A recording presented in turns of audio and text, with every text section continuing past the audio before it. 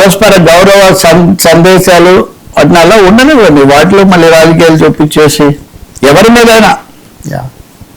Sir sir గోరానికి మాటలు చిచ్చు, హత్యకొట్టలో మాటలు. ఇంకోటి గోరెంట్ల బుచ్చయ్య చౌదరి గారు, ఆయన బాగా సీనియర్ సభ్యుడు, చాలాసార్లు మంత్రి కావాల్సిన జాబితాలో ఎప్పుడు ఉంటాడు అనుకుంటూ మొన్న కూడా లేకపోయాడు. సరే వయసు ఇప్పుడు యంగ్ లీడర్స్కి ఎక్కువ ప్రాధాన్యత ఇస్తున్నారు కాబట్టి అని ఆయన నిన్న మాట్లాడారు. ఆయన మాట్లాడుతూ వైఎస్ఆర్ పార్టీ వాళ్ళు ఇదంతా చేస్తున్నారు, అంబట్రాంబాబు వీళ్ళంతా జరిగినవి ఇవన్నీ దౌర్జన్యాలు ఇవన్నీ సాగు, మాట్లాడితే నరికేస్తాం రప్ప ఇవన్నీ అంటున్నారు, ఇది కుదరదు అని. అంతవరకు ఓకే ఖండించటం. ఏది అంబటినైనా ఇంకోటినైనా ఇదేదో పట్టిస్తాము, గుమ్మటం పట్టిస్తామన్నారు, అది కూడా ఓకే. ఇక ఆ తర్వాత నరుకుతాం అంటే మాకు అధికారం ఉంది, మేము నరికితే ఏమవుతుంది, అది ఆ డైలాగ్స్ తిరుగుతున్నాయి. ఆయన అనడం వెంటనే మళ్ళీ వీళ్ళు మళ్ళీ అందరితో ఆగకుండా ప్రత్యేకించి ఒక మీడియా అధిపతిని తీసుకొని ఆ మీడియాధిపతి మీద ఎప్పుడైనా దాడులు జరగచ్చు, ఆ మీడియాధిపతి ప్రాణాలకు ఈయన వల్ల ముప్పు ఉంది అని ఒక వ్యాఖ్య. నేను మొన్న కూడా చెప్పానండి మీకు, ఎందుకు అసలు వాళ్ళ మీద దాడి వీళ్ళ మీద ఇట్లా పేర్లు చెప్పి మరి మీరు చెప్తూ ఉంటే ప్రజల్లో ఒక విధమైన అటు ఇటు ఉన్న వాళ్ళలో ఉద్యోగాలు పెంచడం తప్ప ఇంకోటి కాదు కదా. నిజంగా అటువంటి ఉంటే చేయాల్సిందేంటి, అధికారంలో ఉన్న వాళ్ళు తక్షణం వాళ్ళకి రక్షణ కల్పించాలి, దాని మీద అధికారికంగా ఫిర్యాదు తీసుకోవాలి. సో గోరెంట బుచ్చయ్య చౌదరి అలా అన్నాడని ఇప్పుడు తమాషా తెలుసా, ఆయన ప్రాణాలకు ముప్పు ఉందంటే వాళ్ళ పత్రికలో వేశారు, వేరే పత్రికలో వేయలే, అనుకూల పత్రికలో కూడా మళ్ళీ ఆ భాగానికి వాళ్ళేం ప్రాధాన్యత ఇవ్వాలి. వీళ్ళేమో గోరెంట్లకు మతి భ్రమించింది అని వీళ్ళు చాలా భారీ ఎత్తున మళ్ళీ వీళ్ళు వెంటనే మీరు మమ్మల్ని బెదిరించారు, మీరు అధికారంలో ఉండి నరుకుతాం అంటున్నారు, ఇలా అంటుంటే కూడా చర్య అది వాళ్ళ డైలాగ్. ఈయనేమో ఆ మీడియా అధిపతికి ప్రమాదం అని ఈయన చెప్తున్నారు, ఇంకొక వైపు నుంచి వచ్చి ఆయనకు మతి భ్రమించింది అంటున్నారు.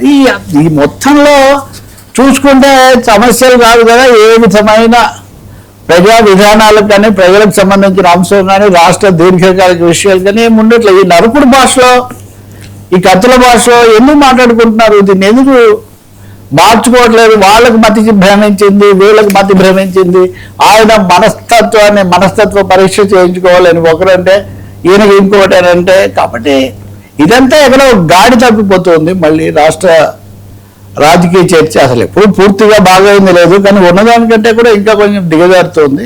దీన్ని చక్కదిద్దుకోవాల్సిన అవసరం చాలా కనిపిస్తుంది. ఇప్పుడు అమరావతి అభివృద్ధి ఆ విషయాల మీద బుచ్చయ్య చౌదరి గారు మాట్లాడారు. వెల్ అండ్ గుడ్, అమరావతి అభివృద్ధి ఆయన ముందు నుంచి చాలా ఉత్సాహంగా ఉన్నారు. ఈ విషయంలో చాలా జరగకముందు ఆయన దానికి సంబంధించిన వివరాలన్నీ చెప్పడం గుర్తుంది నాకు. ఎలా అక్కడి నుంచి ఎక్కడికి హైవే పడుతుంది, ఏం జరుగుతుంది, ఆలస్యమైంది, తొందరగా రావాలని దాని మీద ఫోకస్ పెట్టచ్చు కదా.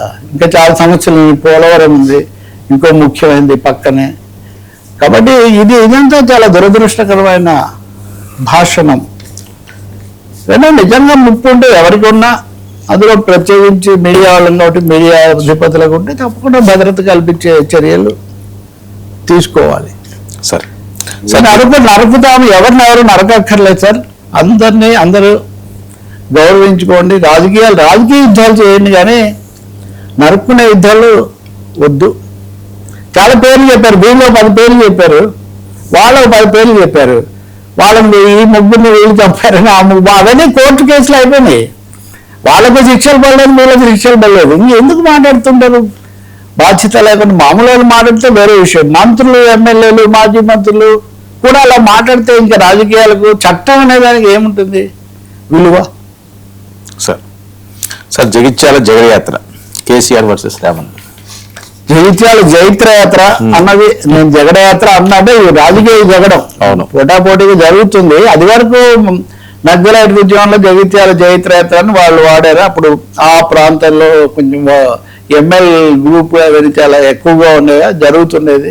ఆ తర్వాత చాలా పరిణామాలు జరిగి ఇప్పుడు అది అయిపోయింది. ఇప్పుడు ఈ మాజీ మంత్రి జీవన్ రెడ్డి, ఆయన దేవుడే పంపిస్తే నేను కేసీఆర్ గారి దగ్గరికి వచ్చానని ఆయన అక్కడికి వెళ్ళారు కదా. ఆ రోజే కేసీఆర్ గారు అక్కడ ఆయన ఆదరించడంతో పాటు ఆయన సమక్షంలోనే ఒక భారీ సభగా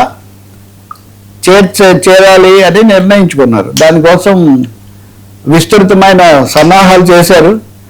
కాబట్టి ఇప్పుడు అది జరుగుతుంది. జీవన్ రెడ్డి కోసం నిజంగా జీవన్ రెడ్డికి అలాగే తెలంగాణ రాజకీయాలకు ఒక పెద్ద ప్రాధాన్యత ఇస్తున్నట్టు లెక్క. ఎందుకంటే కేసీఆర్ వచ్చి బహిరంగ సభగా చేర్చుకున్న వాళ్ళు తక్కువగా ఉంటారు. ఎక్కువ భాగం తెలంగాణ భవన్లో జరగటము, వాళ్ళు రాజకీయంగా మాట్లాడమే జరుగుతుంటుంది. కాబట్టి జీవన్ రెడ్డి రాక అన్నది కేవలం ఒక నాయకుడు లేదా మాజీ మంత్రి రాక కాదు, ఇది పెద్ద రాజకీయ పరిణామం, గేమ్ చేంజర్ అంటారు. తెలంగాణ రాజకీయాల్లో కాంగ్రెస్ నుంచి ప్రధానమైన వలసలకు, అక్కడున్న అసంతృప్తులు, లేకపోతే రేవంత్ వ్యతిరేకులందరినీ తమ వైపు తిప్పుకోవడానికి ఇదో పెద్ద సంకేతం అవుతుంది, సిగ్నల్. మీరందరూ వస్తే ఇలాగే మీకు చాలా బ్రహ్మరథం పడతాము అని చెప్పే ఒక మెసేజ్ ఇక్కడి నుంచి బదలుచుకున్నట్టు కనిపిస్తుంది. రెండోది, విమర్శలు చాలా చేస్తున్నారు. దాంతోపాటు కాళేశ్వరం సమస్య, లేకపోతే హైడ్రాలు ఇట్లాంటివన్నీ ఉన్నాయి. కాబట్టి వరంగల్లో వాళ్ళ పార్టీ వార్షికోత్సవ సభ అప్పుడు కేసీఆర్ మాట్లాడారు ఏడాది కిందట. సో అప్పుడు చాలా ఎక్స్పెక్టేషన్స్ ఉన్నాయి.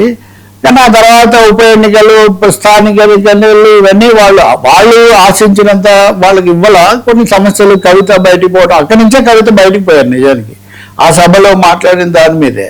ఇవన్నిటి నుంచి మళ్ళీ నిలబడ్డారు. కాబట్టి ఇప్పుడు జీవన్ రెడ్డి రాక అనేదాన్ని ఒక సందర్భంగా తీసుకొని ఓ శంకర్రావు చేయాలి అనేది బీఆర్ఎస్ వ్యూహంలాగా ఉంటుంది. ఇది ఇంకా ఎవరు కేసీఆర్ వస్తే తప్ప బీఆర్ఎస్కు ఆ విధమైంది అది బాగా పతాక స్థాయికి చేరదు. కాబట్టి ఆయన వస్తున్నారు.